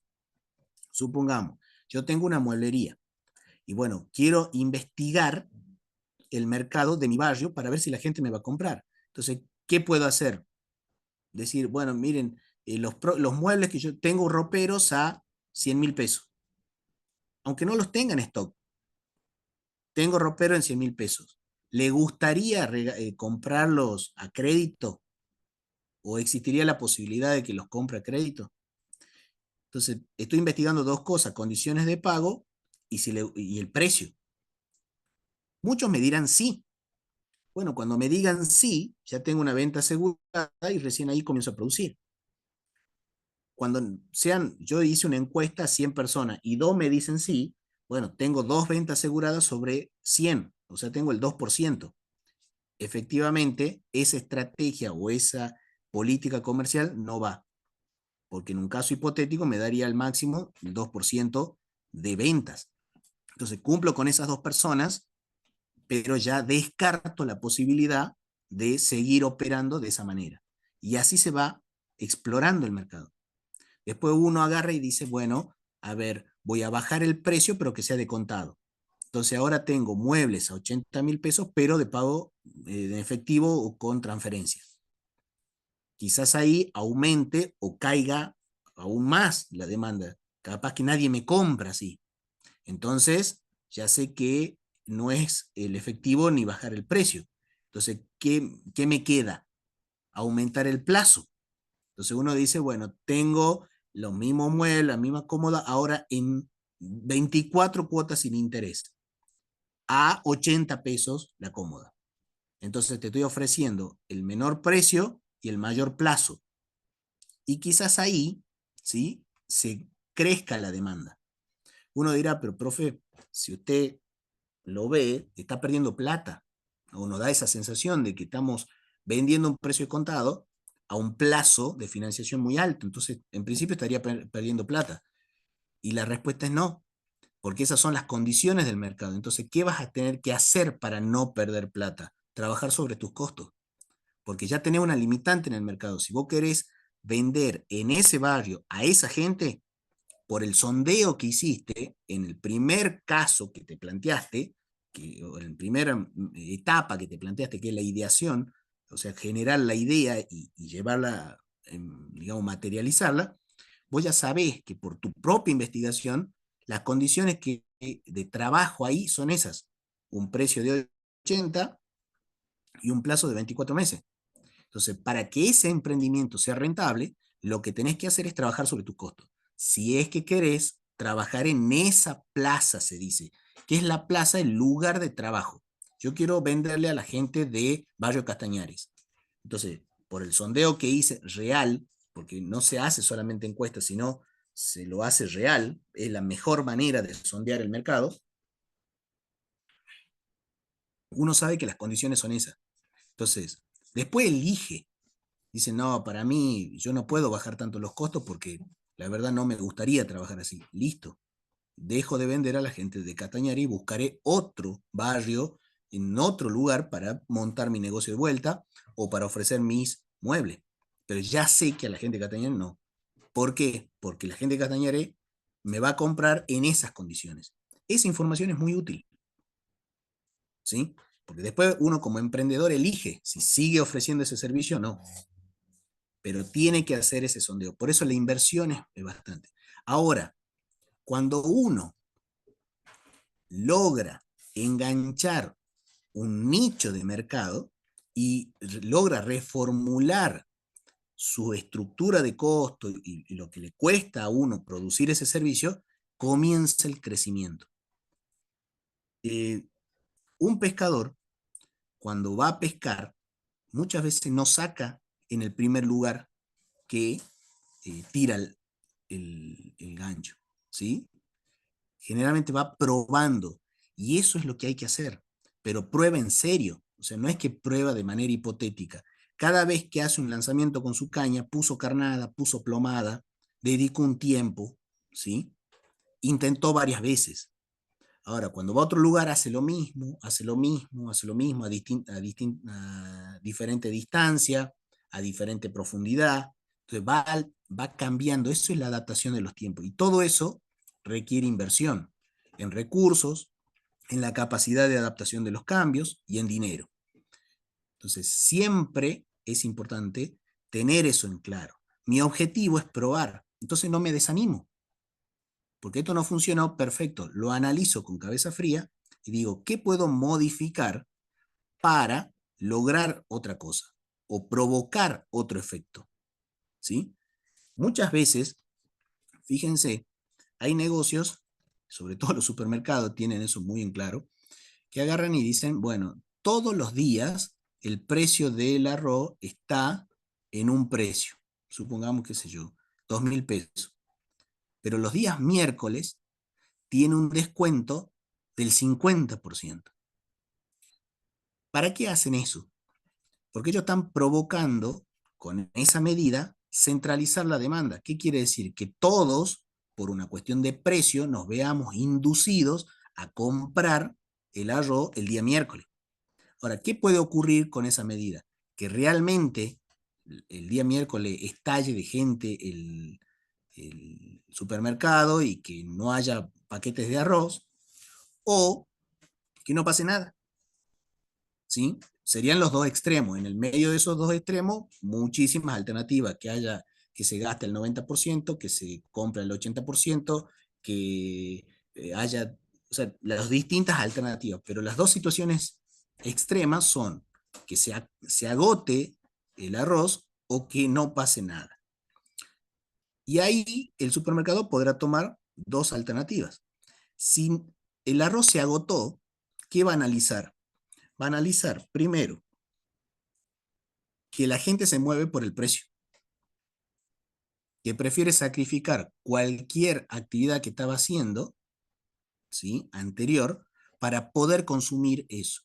Por lo tanto, va a tener un solo día de venta fuerte, porque si él pone, o sea, si el dueño de ese supermercado pone todos los días el arroz al 50%, seguramente le va a venir menos gente. Y uno, ¿por qué dice eso? Porque la persona que fue a comprar el miércoles sacrificó cualquier cosa que estaba haciendo porque sabe que el lunes, el martes, el jueves y el viernes le sale más caro. Entonces, necesitó satisfacer esa necesidad, no necesita comer arroz, necesita satisfacer la necesidad de que está haciendo un ahorro. Estoy seguro, porque de hecho hay casos que pasó, campañas, digamos, publicitarias, y después cuando uno ve casos reales de campañas que hicieron los supermercados en donde dijeron, bueno, el día miércoles, los precios del día miércoles se repiten durante toda la semana, la demanda cayó, porque la gente dice, no, si total hay arroz, ¿para qué voy a ir a comprar? Y al mismo precio siempre, entonces, ¿para qué voy a comprar? En cambio, cuando te hacen eso, de que te centralizan la demanda, uno que se replantea que después pueda subir. Entonces compra más paquetes de lo que necesita. Quizás necesita 2 paquetes de arroz en esa semana, pero compra 4, compra para todo el mes. Entonces, la estrategia de vender los arroz a mitad de precio los miércoles, si es que le sirvió al supermercado, tiene que mantener todo lo otro constante. O sea, tiene que seguir teniendo los mismos precios los otros días para que la gente pueda comparar y pueda generarse esa necesidad y ese deseo de ir, de sacrificar todo lo que tiene que hacer el miércoles e ir a comprar. Ahora, si no pasa nada, eso sería si el arroz se agota en 2 horas. Ahora, si no pasa absolutamente nada, ¿qué quiere decir eso? Que la gente no se mueve por el precio. Y que tu arroz, aunque esté barato, no lo quieren. Y que te están comprando por otro motivo, porque la gente vive cerca, porque no le queda otra, porque, o sea, no le quiere otra porque no se quiere ella movilizar, porque estás abierto en horarios que ellos necesitan, entonces no importa cuánto sale el arroz, si yo lo necesito el arroz un feriado, y bueno, el almacén de la esquina se tomó el feriado, en cambio el supermercado abre igual, entonces ahí uno focaliza que mi servicio es otro, no es vender arroz, es satisfacer la necesidad de tener un horario de atención más extenso, de tener cercanía a los lugares de trabajo, etcétera, ¿sí? Entonces, siempre es fundamental ver eso. Y esa es la planificación estratégica. Es crucial, dice que es para el éxito de un emprendimiento porque es la guía de las acciones y facilita la toma de decisiones. Entonces, a medida que vamos haciendo una acción, llevando a cabo una acción, tenemos que analizarla. Toda acción merece su análisis. A ver, acá hay un... Es lo que hace el Super Vega con la carne de los miércoles. Sí, es verdad. El descuento a jubilados también, en la misma metodología, siempre hay un día para ellos. Exacto. Sí, es así. Profe, Bien. Sí, y sí, también varía si reciben tarjeta y te la hacen en también. cuota, porque, por ejemplo, el día hubo meses que no te hacían cuota y bajó mucho su Sí. venta. Entonces tuvieron que Ujú. volver a incorporar las 3 cuotas sin interés, por ejemplo, con la tarjeta naranja, porque no se vendía, te la hacían en una cuota y la gente por ahí muchas veces yo veía que te dejaba los productos directamente en Sí, cajas y vos le decís pasa. que no era en cuota. Exactamente, es que eso pasa. Eso pasa. Pero uno eso no puede simplemente hacer una encuesta. ¿Usted compraría si el precio está en 3 cuotas o usted prefiere de contado con un descuento del 50%? Las encuestas sirven como para una primera idea, pero después para perfeccionar la idea hay que hacer acciones en concreto. Y las acciones en concreto es eso. Uno dice, el BEA, en este caso que está citando, el BEA perdió. En realidad el BEA, o el día, mejor dicho, me está citando, invirtió, porque ahora ya sabe que no puede vender si no es con tarjeta, en ese lugar. Porque siempre hay que situarlos en el lugar en el que estamos, ¿sí? No es lo mismo esa sucursal de ese día en ese lugar que la sucursal del día en otra localidad. A mí me llamó la atención, por ejemplo, que en Paso de la Patria, la sucursal es día, y proveen varias, ¿sí? Bueno, no hay muchas, hay 3, no reciben tarjeta. No sé por qué, pero no reciben tarjeta. Y cuando uno ya dice, bueno, fui a una sucursal día y no recibe, fui a otra sucursal día y no recibe, fui a otra, no recibe, entonces en Paso de la Patria no se recibe tarjeta en la sucursal de día, porque también tiene 3, no tiene más, ¿sí? Tiene otro supermercado, pero los días no reciben tarjeta. Por algo debe ser. Habrán hecho ya esa investigación y no les rinde. Ahora acá en Salta sí se recibe tarjeta. Entonces, ese día, si quiere seguir vendiendo acá en Salta, porque las sucursales día son, si mal no recuerdo, franquicias, o sea que hay un propietario salteño que compró la franquicia, son como las sucursales de las heladerías Grido, por ejemplo, que uno compra la franquicia, compra el nombre, compra la marca y desarrolla la actividad. Entonces, ese día que estamos hablando, que puede ser acá en Salta, sabe que si quiere seguir operando acá, su limitante para las ventas es la tarjeta. Entonces, ¿qué va a tener que hacer?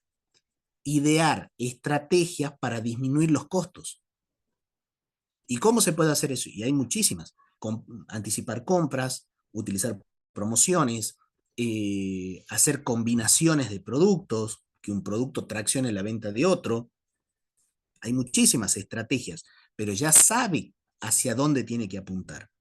Por eso uno dice, bueno, perdió esos meses. No, en realidad, si uno lo ve a largo plazo, ganó, porque está invirtiendo y ganó en un conocimiento que de otra manera no lo podría haber tenido, ¿sí? Entonces, eso es importante siempre, capitalizar ese tipo de experiencia. Bueno, la etapa de gestación de la idea. Partimos de la identificación de una oportunidad. Tenemos que ver, observar el entorno y detectar qué necesidades no están satisfechas o qué problemas hay sin solución. Y ver eso, ver si yo podría, con mi emprendimiento y con mi producto, satisfacer esa necesidad. Una vez que yo tengo la idea, desarrollarla y darle un poco más de cuerpo. Acá, si bien nosotros no vamos a ver marketing, pero sí vamos a dar algunos tips. Por ahí después se puede hacer algún cursito de marketing puntualmente, que es ya un sector específico dentro de la administración que se dedica a eso, o sea, a la comunicación del producto y buscar esa persuasión en el cliente. Y después tenemos la validación y ajuste, que eso sí vamos a ver nosotros, porque toda acción tiene que tener su evaluación al final y de esa manera se valida la acción y se la ajusta. Cuando uno lleva a cabo una acción y no la evalúa al final, no sabe si fue buena o mala. Y no es tampoco es importante decir fue buena o mala, sino en qué punto fue buena y en qué punto fue mala, o qué se puede hacer para mejorar lo que se falló, ¿sí? Así que siempre tiene que haber una evaluación final. El pensamiento sistémico. Fíjense, dice, el pensamiento sistémico se enfoca en las interrelaciones entre las partes de un sistema. Un emprendimiento es un sistema complejo de las diversas partes interconectadas, incluyendo procesos, recursos, personas y el entorno. Acá quiero hacer una salvedad. Nosotros antes vimos el pensamiento estratégico y este es el pensamiento sistémico. Son dos cosas distintas, pero a su vez complementarias. Y eso el emprendedor lo tiene que tener claro. Con el pensamiento estratégico yo tengo la visión integral de todo y hacia dónde quiero ir. Por eso generalmente el pensamiento estratégico me define el objetivo de la empresa. Eso que yo le decía de McDonald's, que lo tenía claro, decía, el producto nuestro es ofrecer una experiencia McDonald's. Después, si la experiencia McDonald's te gusta o no, es otra cosa. Pero nosotros te ofrecemos una experiencia McDonald's. Esa es la estrategia. ¿Y en qué consiste la experiencia McDonald's? Es una experiencia en un lugar agradable, compartir con gente que vos querés, ¿sí? Y que te lleves un momento agradable. Eso es pensamiento estratégico. Pensamiento estratégico de una pizzería, lo que estábamos citando, por ejemplo, la que te cobraba muy caro o la que te hacía esperar más de una hora, es la exquisitez. Que tu paladar disfrute de sabores diferentes que vos rompan con lo cotidiano. O la otra pizzería, que era la pizza a tiempo, es justamente eso, que no te preocupes por las comidas, ¿sí? Sacate esa preocupación, ahí está la solución del problema, satisfacer eso. O la ferretería que habíamos dicho del tornillito es, no importa qué problema tengas, vení a mi local que te vamos a encontrar una solución, ya sea ofreciéndote el servicio de armado de una alacena como un implemento que le puedas adicionar o la pieza justa que vaya o sea, el tornillo justo que vaya a la reparación que necesitas hacer, porque hay personas que quieren repararlo por sí mismas, ¿sí? Entonces, pero siempre le vamos a dar solución a tu problema doméstico. Entonces, ese es el pensamiento estratégico, que eso es lo que tiene que estar siempre presente en toda la empresa. Y es lo que ordena un poco las ideas y las acciones. Si yo no tengo un pensamiento estratégico, voy a hacer una acción A y después una acción B que no tiene nada que ver. Entonces, si tengo un pensamiento estratégico, la acción A puede ir en un enfoque, no funcionó, bueno, voy con la acción B, pero tomando como referencia el fracaso de la acción A. Y así voy concatenando y voy profundizando en esa estrategia. Ahora, el pensamiento sistémico es puertas hacia adentro. Ya no tiene que ver como el estratégico, que es cómo me aprecia el otro. El pensamiento estratégico me crea valor. El pensamiento sistémico también me crea valor, pero puertas hacia adentro. ¿Qué significa esto? Interconectar las partes que son integrantes de mi proceso. Ejemplo, si yo quiero hacer muebles y detecte la necesidad de que una escuela albergue en el interior, está necesitando esos muebles y yo le ofrecí en mi catálogo, pero yo tengo una capacidad, supongamos, de poder hacer en un mes 50 muebles. Y la escuela sí o sí necesita 150. Cuando yo tengo un pensamiento sistémico, cuando yo conozco si mi empresa puede cubrir esa demanda. Usted mira, pero profe, acaba de decir que te puede hacer 50 muebles nada más por mes. Está bien, puedo hacer 50 muebles en condiciones normales de trabajo. Pero yo también conozco a mis colaboradores, son mis empresarios, son mis empleados, es la persona que me asiste en la administración, es también el proveedor que me puede dar el material, la facilidad de crédito o no, el empleado si puede trabajar hora extra y yo le puedo pagar o no. O sea, conozco todo eso para poder decir, en esta ocasión y de manera extraordinaria, acepto la propuesta y voy a hacer 150 muebles, acepto el desafío, voy a hacer 150 muebles, o sea, triplicar mi producción mensual, porque conozco hasta dónde puede dar internamente mi empresa, ¿sí? En condiciones, como le digo, extraordinarias, porque si todos los meses puede hacer 150, entonces yo estaba midiendo mal. Eso también hay que tener en cuenta, ¿sí? Entonces, esa es la manera de que uno conoce puertas, digamos, se proyecta para puertas afuera con el pensamiento estratégico y se autopercibe puertas adentro con el pensamiento sistémico. Tenemos que conocer nuestras empresas. Y conocer nuestra empresa va desde las personas, los proveedores, los clientes y también los empleados. O sea, uno tiene que conocer todo eso para ver si en una situación extrema en donde se requiera otra participación, otra entrega de cada uno de estos actores, hay o no una respuesta favorable para la empresa. Ejemplo, si yo en esta en este negocio de la mueblería, con los proveedores que yo habitualmente le compro, porque eso también tiene que ver. Entonces, con los proveedores que habitualmente le compro, si yo le pidiera de pronto que me triplique el pedido, capaz que no le da a él el stock. Entonces, no me sirve para hacer eso.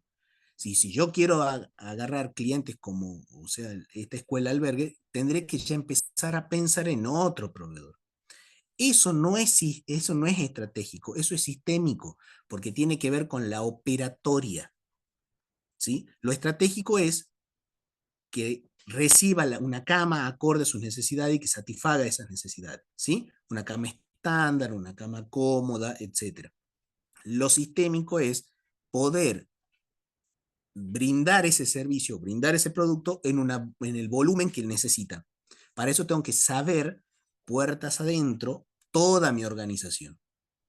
Entonces, es importante siempre tener el pensamiento estratégico para fijar los objetivos y el pensamiento sistémico para ver el modo en el que lo voy a hacer. Entonces, si yo conjugo esos dos pensamientos, o sea, la idea con el cómo hacerlo, voy a poder dar respuesta a lo que me piden. ¿Sí? Por ejemplo, si un emprendimiento enfrenta problemas de ventas, el pensamiento sistémico podría ayudar a identificar las causas del problema, como la falta de marketing, la baja calidad del producto o la falta de atención al cliente. ¿Cómo me doy cuenta yo de eso? Puertas adentro, haciendo un análisis, ¿sí? La falta, identificar las causas del problema, la falta de marketing, y sí, o sea, yo tengo, ¿cuáles son mis canales de venta? Y mis canales de venta son la radio y nada más. O tengo mi negocio, publico un aviso en la revista vecinal. Bueno, ¿por qué no, digamos, te haces un Facebook? ¿O por qué no buscas, no sé, otro canal de venta, un WhatsApp, que te puedan hacer pedidos por WhatsApp, por ejemplo, ¿sí? O la tele, o por qué no participás, como había uno que decía, por ferias, capaz que a alguno le funciona la feria, a otro no le funciona la feria, pero hay que buscar un canal de venta. Ahora, la baja calidad del producto. ¿Por qué lo vendes de baja calidad? Y bueno, porque yo no busco calidad, busco que me lo compren por el precio. Bueno, entonces la gente está cambiando sus preferencias. Si vos probás, a ver, aumentando el precio, mejorando la calidad, a ver cómo te va. Y capaz que te va mejor o capaz que te va peor, entonces tenés que bajar la calidad y aumentar quizá el plazo de financiación para mejorar el problema de venta, porque entonces no era, o sea, la calidad, la gente está dispuesta a sacrificar menor calidad, pero con un mayor plazo de financiación, o sea, no percibe la calidad como algo que le cree valor. Siempre piensa en eso. Cuando algo me da solución a mí, es porque yo le estoy dando un valor a esa cosa, ¿sí? Un valor no es solamente económico, sino un valor real como una respuesta a mi problema. Si yo voy, como le decía, en el caso de la ferretería de Don José, que yo voy y le digo, necesito tal cosa y Don José lo tiene, eso es un valor. Capaz que José me vende el tornillo más caro de la provincia de Salta y no me interesa, porque yo voy, hablo con Don José y Don José me dice, vos para el problema que necesita esto o tráeme tal cosa que yo te lo voy a dar reparado. Entonces, eso, porque yo lo que tengo es un problema, no un tornillo. Yo lo que necesito es no comprar un tornillo, sino comprar una solución que me solucione, valga la redundancia, mi problema en mi casa con la alacena. ¿Sí? Porque yo tengo un problema de organización, no un problema de un tornillo. El tornillo es con lo que se materializa. Entonces, ¿por qué yo voy a Don José y no voy a otro? Porque Don José me da esa respuesta, ese valor que yo mismo le pongo por la experiencia que ya tuve. Entonces, eso es importantísimo porque la calidad, chicos, es muy subjetivo. Si yo les lo hago tomar una gaseosa X a 5 personas diferentes y les pregunto, ¿esta gaseosa es de calidad? Voy a tener 5 respuestas diferentes. Porque la persona va a percibir la calidad con respecto a la vida que tuvo o a la experiencia de gaseosa que tuvo en su vida. Entonces, capaz que dicen, no, esta gaseosa es muy rica, esta gaseosa sí es de calidad porque tome otras peores, o esta gaseosa es peor porque tome otras digamos, mejores. Siempre la calidad es muy subjetivo, ¿sí? Entonces, hay que entender eso, ¿sí? Y o la falta de atención al cliente también es algo que se trabaja desde el pensamiento sistémico. ¿Por qué no me entra la gente? ¿Qué estoy fallando? ¿Por qué no vuelve a comprarme? Si no vuelve a comprarme las mismas personas, quiere decir que yo no estoy creando valor en esa otra persona. Entonces, debería mejorar algo para comprar, o sea, para levantar las ventas y solucionar ese problema de falta de ventas. Bien. La exploración, bueno, del entorno. Yo este material se lo voy a dejar, pero básicamente ya estuvimos hablando. Uno ve los factores económicos, los factores políticos, los factores sociales, ¿sí? De la situación en la que estoy. Un factor económico, la inflación, por ejemplo, es típico. Entonces, si mi producto va a aumentar, como la mayoría de los productos, porque aumentan mis costos, y bueno, voy a tener un problema de inflación, y yo ahí tendré que evaluar si me conviene anticipar compras para que cuando aumenten esas compras yo pueda mantener el mismo precio, o ir corriendo con la inflación porque no tengo un capital para invertir. Factores políticos, la estabilidad monetaria, las regulaciones monumentales. Por ejemplo, ahora el caso de muchos emprendedores son monotributistas. ¿Qué pasó? El monotributo han actualizado las categorías. Entonces, y han actualizado creo que un 400%, o sea, el monotributo más bajo, que pagaba 18.000 pesos, ahora creo que paga casi 40, 60.000 pesos. Entonces, bajo ciertas condiciones, ¿no? Entonces, ya no es, a ver, es económico, pero por una medida política, porque mañana bajan las categorías, el importe de categoría, y a mí me cambia mis costos, ¿sí? Me sale más barato el monotributo, por lo tanto yo puedo bajar el precio para ser más competitivo. Son cuestiones que siempre uno tiene que evaluar. Los factores sociales. Uno dice, bueno, las tendencias de consumo. Ahora, por ejemplo, está de moda todo lo orgánico. Entonces, si bien sale más caro que lo tradicional en el campo de la gastronomía, pero lo orgánico me da una sensación o satisface la necesidad de esas personas que quieren comer un poco más sano, o también las personas que tienen cierta conciencia ambiental, y entonces dicen los productos en forma tradicional contaminan mucho, hay que favorecer el consumo de productos más sanos. Bueno, si yo quiero entrar en ese mercado, ¿sí? Las tendencias de consumo son esas. Entonces siempre tendré que estar ofreciendo eso, ¿sí? O sea, productos que tengan un proceso de producción diferente, que atienda a este tipo de clientes. ¿Se entendió eso, chicos? Sí, profe. ¿Sí? Bueno. Después hay, digamos, distintos tipos de análisis que se hacen para poder detectar. Ahí está, bien. Para poder detectar esto que hablábamos de los factores económicos, sociales y políticos y sociales. Está el análisis pastel, el análisis Porter, que básicamente el pestel, perdón, no pastel, pestel, busca todos, analizar es algo macro, porque es una técnica de análisis que engloba todos los factores.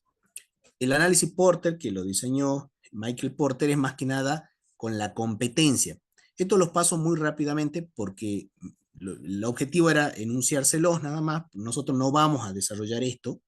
Sí vamos a hacer este otro análisis que es más sencillo y es más adaptable al emprendedor, que es el FODA.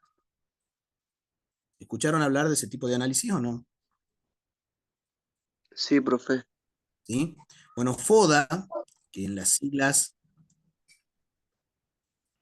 en castellano, por así decirlo, significa fortaleza, oportunidades, debilidades y amenazas. Es una matriz, básicamente FODA, en donde yo me hago una autoevaluación, un autodiagnóstico, y coloco cuáles son mis aspectos, o sea, hago una mirada, primero interna y después externa. una mirada interna, yo voy a reconocer cuáles son mis aspectos fuertes y las voy a identificar como fortalezas, mis aspectos débiles y voy a identificarlo como debilidades. Y hacia una mirada externa voy a ver en el contexto en el que estoy y bajo las condiciones en las que estoy, qué oportunidad de negocio podría tener, y la voy a identificar como oportunidad, y después también desde una mirada externa, decir, así como estoy, si yo no hago más nada, ¿cómo puedo perder clientes? De manera externa, ¿no? O sea, si yo sigo manteniendo la misma atención que sigo manteniendo, los mismos precios que sigo manteniendo, las mismas modalidades de compra o de venta que sigo teniendo, sigo recibiendo tarjetas, sigo recibiendo transferencia, ¿cómo podría ser que pierda clientes? Entonces voy a ver esas amenazas. Por ejemplo, que venga otra persona y me ponga precios más baratos. ¿Es posible que venga? Y sí, porque ya escuché que están en la oficina, perdón, en la cuadra siguiente a donde está mi local. Pasé hace 2 días y vi próximamente, qué sé yo, otra ferretería. Entonces, eso es una amenaza, ¿sí? Es algo externo. Acá tengo un pequeño ejercicio que me gustaría que lo desarrollemos. Es muy sencillo, nos lleva 2 minutos literal, pero para que ustedes sepan identificar cuando estamos hablando de oportunidades, de fortalezas, de debilidades y de amenazas. Dice, emprendimiento de productos artesanales en Salta, Argentina. ¿Todos están leyendo esta parte de la presentación? Sí, Sí, profe, profesor. sí. ¿Sí? Sí, che. Esto que después ya vamos a hacer un trabajo práctico para identificarlo, pero uno coloquialmente podría idearlo de esta manera, ¿sí? Dice, la matriz FODA es una herramienta fundamental para analizar el entorno interno y externo de cualquier emprendimiento, incluyendo un negocio de venta de productos artesanales en la provincia de Salta, Argentina. En el caso, esta es una solución propuesta. Ustedes pueden pensarlo en su casa y pueden encontrar hasta otros casos, ¿sí? Con el mismo emprendimiento, productos artesanales. Pero, ¿qué podría ser una fortaleza? Fíjense, pueden dar alta calidad de los productos artesanales, la pasión del emprendedor por la artesanía local y la ubicación estratégica en una ciudad turística de Salta. Entonces, si yo hago productos artesanales en, no sé, una localidad que no sea turística dentro de la provincia de Salta, lo más probable es que no sea una oportunidad, perdón, no sea una fortaleza, sea una debilidad. Si yo hago dulces artesanales, por ejemplo, productos artesanales en, no sé, Irigoyen, la localidad de Irigoyen, o en la localidad de Las Lajitas, o en la localidad de La Viña, y no me va a resultar lo mismo que lo haga en Cafayate, o que lo haga en Salta Capital. O sea, no va a resultar, no va a representar una fortaleza para mi producto. ¿Por qué? Porque mi producto está ligado a un servicio o en realidad a una necesidad mayor. Quien viene a Salta de turista, ¿qué aprecia de Salta? ¿Por qué elige el destino Salta? Muchas veces por eso, porque da una sensación de una localidad o de un lugar que guarda las costumbres coloniales, que guarda cierto patrimonio arquitectónico, que da la sensación de que es una ciudad a la cual, si bien es moderna, porque dentro de todo Salta es moderno, pero que no perdió ese toque histórico, ese toque colonial, que cuida el paisaje, la calidad de su gente, bueno, todo eso que generalmente se habla de por qué Salta como provincia o como ciudad es elegida por los turistas. Ahora, si yo quiero ofrecer mi producto artesanal, supongamos que yo haga mermeladas de manera artesanal y estoy en La Viña, ¿qué puedo hacer? Puedo poner una sucursal acá o puedo a un negocio de acá ofrecerle mi producto. Pero sí o sí tengo que identificar como fortaleza que mi producto tiene que estar en Salta, porque no van a La Viña a hacer turismo, vienen a Salta, no van a La Viña a hacer turismo, van a Cafayate, ¿sí? Entonces, tengo que situarme en el lugar correcto para que realmente constituya una fortaleza. ¿Y cuál podría ser la debilidad?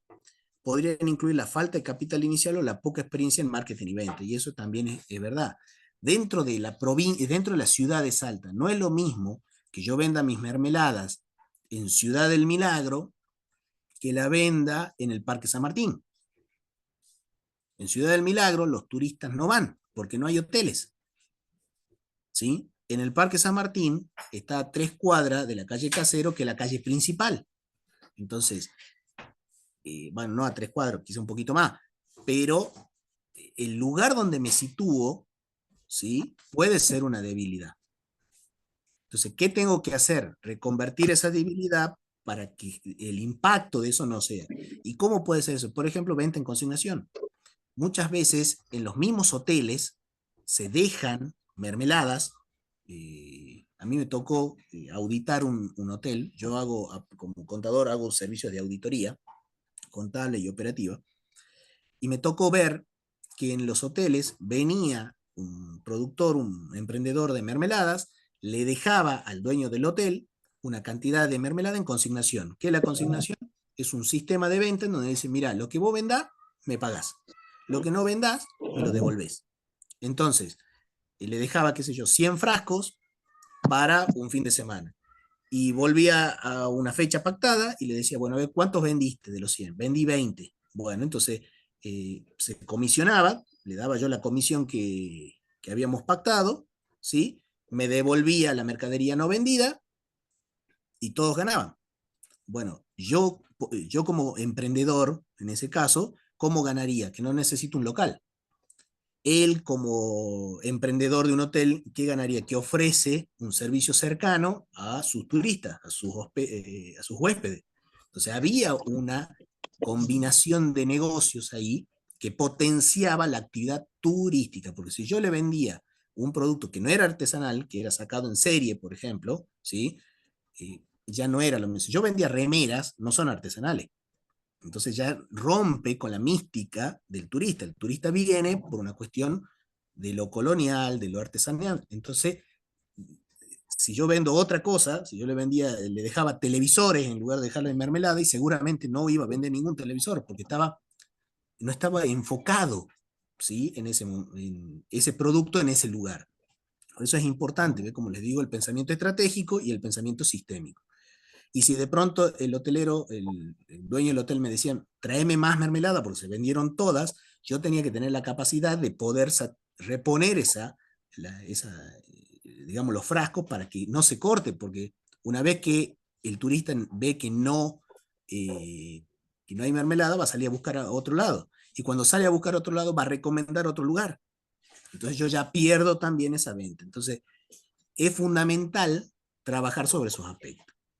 Por otro lado, las oportunidades que ofrece el mercado pueden ser como el creciente interés de los turistas por los productos típicos de la región, así como la tendencia nacional hacia el consumo, nacional hacia el consumo de las artesanías. Esto pasa con los quesos, por ejemplo, o con los picles. El turista pregunta, ¿sí? ¿Cómo se hizo? ¿Qué tiene? ¿Cómo puedo, o sea, cómo se consume? No solamente por la cuestión higiénica, porque muchas veces los productos artesanales, como no se hacen con procesos productivos, sino que se hace justamente de manera muy artesanal y hay una participación intensiva, se dice, de las personas, muchas veces siempre se tienen que, o sea, la duda está si se cumplieron los protocolos de seguridad alimenticia, en el caso, por ejemplo, de las mermeladas. ¿Por qué? Porque si no se cumplieron eso, la duda que uno siempre le queda como consumidor es, estaré consumiendo un producto no solo de buena calidad, sino digamos, que cumple con los protocolos mínimos de las medidas de alimenticias.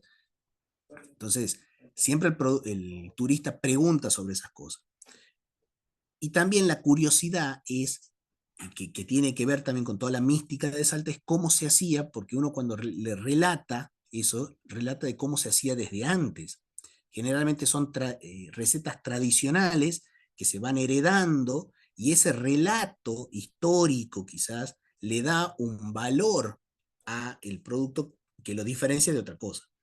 Ejemplo, si yo tengo una mermelada marca de Arcor, que es una empresa reconocida, y le ofrezco mi mermelada marca Doña Salta, ¿sí? Que es un producto artesanal, mi producto, cuando yo lo vendo, digo, estoy haciéndolo con la receta que hacía mi abuela, que mi abuela trabajó 50 años en una finca, que ahí se hacía de esa manera, que se le daba esa mermelada a los trabajadores de la finca, y esos trabajadores de la finca son los que participaron en el trayecto, la construcción del ferrocarril, en el trayecto de tal lado a tal lado. Entonces, la persona, el turista, cuando consume un producto artesanal, no solamente está en el sabor, sino en eso, sino por ahí se queda con esa necesidad, o con esa, no necesidad, sino con la experiencia de por ahí estar consumiendo un producto que puede haber sido la misma receta, porque nadie asegura, de la que pasó y con toda la historia esa que les conté. Eso, que uno dirá, pero ¿realmente consumen eso? Sí, porque existen los guías turísticos. ¿Sí? Porque uno va a un monumento, va a un complejo, y solamente ve cosas. O puede ver un cuadro, pero si te cuentan la historia de quién lo pintó, cómo lo pintó, en qué circunstancia lo pintó, capaz que el cuadro te puede parecer horrible en un principio, pero si te dicen, mira, este cuadro, en realidad la persona lo pintó porque estaba privado de su libertad, y estaba privado de su libertad porque después fue el que comunicó al general Güemes tal cosa, y entonces y hay un contexto, un relato, y eso es lo que consume el turista, porque tiene ya una concepción de que Salta es una ciudad colonial que guarda su patrimonio arquitectónico, que es una ciudad moderna, pero que no perdió ciertas costumbres, etc. ¿Sí? Entonces, es importante explotar ese potencial. Si estoy en el rubro de los productos artesanales, si estoy en otro rubro, no me interesa. Pero si estoy en el rubro de los productos artesanales, entender qué es lo que consume el turista es importante. No consume mermelada de durazno, ¿sí? Porque eso ya lo tiene. Si quiere comprarse una buena mermelada de durazno, va al súper y se compra una mermelada marca Arcor, no una artesanal. Ahora, él quiere otra cosa. Muchas veces no la compra ni siquiera para consumir. Es un recuerdo. Es decir, estuve en tal o cual lugar. Entonces, esas cosas son importantes. Y a ver, lo terminemos, porque ya creo que nos estamos pasando la hora. Las amenazas. Las amenazas podrían ser la competencia de otro emprendimiento similar o la estacionalidad del turismo en Salta. Eso es verdad, no hay turismo todo el año, ¿sí? De la misma frecuencia y la misma intensidad. Entonces, yo puedo hacer un muy buen producto, pero también tengo que tener en cuenta que son momentos. Entonces, tengo que estar, no importa, o sea, lo importante es llegar al momento y no tanto la calidad, porque puedo llegar a la calidad en un momento que ya pasó la temporada turística y no me sirve nada, tengo que esperar la otra temporada. Entonces, acá la amenaza de la estacionalidad del turismo es fuerte. Identificar y aprovechar las fortalezas y oportunidades mientras se mitigan las debilidades y amenazas será clave para el éxito a largo plazo de este emprendimiento de producto artesanal. Esto un poco también da un cierre de la conjunción del pensamiento estratégico con el pensamiento sistémico. ¿Sí? Bueno, chicos. ¿Alguna duda? ¿Algo que quieran acotar?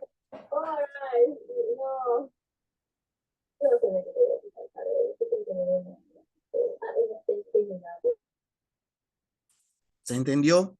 ¿Le gustó la clase?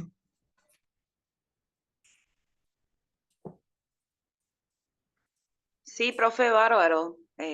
Se entendió y está bueno, me gustó porque a ver, creo que la mayoría debemos ser, la mayoría emprendedores o queremos serlo, y es como que nos deja más en claro, hay ciertos aspectos a tener en cuenta para emprender, o los que ya estamos emprendiendo, ¿viste? Para ir ahí viendo esos errores que vamos teniendo. Está buenísimo. Bueno, chicos.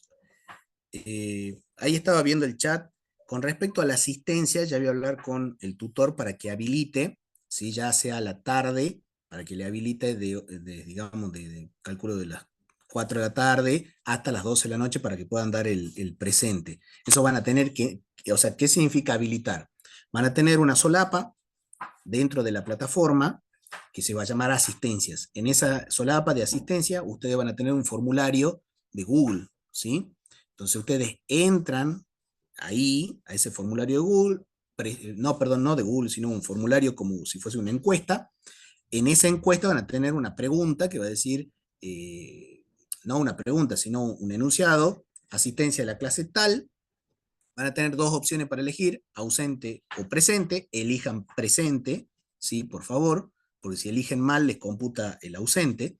Entonces eligen presente y queda ahí asentada su asistencia. Esa es la manera de asentar la asistencia, ¿sí? Que como les decía, en la primera clase, de manera excepcional, va a estar abierto recién a la tarde. En las próximas clases ya lo van a tener habilitado media hora antes que termine la clase para que ustedes puedan dar la asistencia. Así que consulten la página, perdón, la plataforma, yo calculo que después de las 4 de la tarde, y van a tener desde las 4 de la tarde hasta las 12 de la noche del día de hoy para registrar su asistencia. ¿Sí?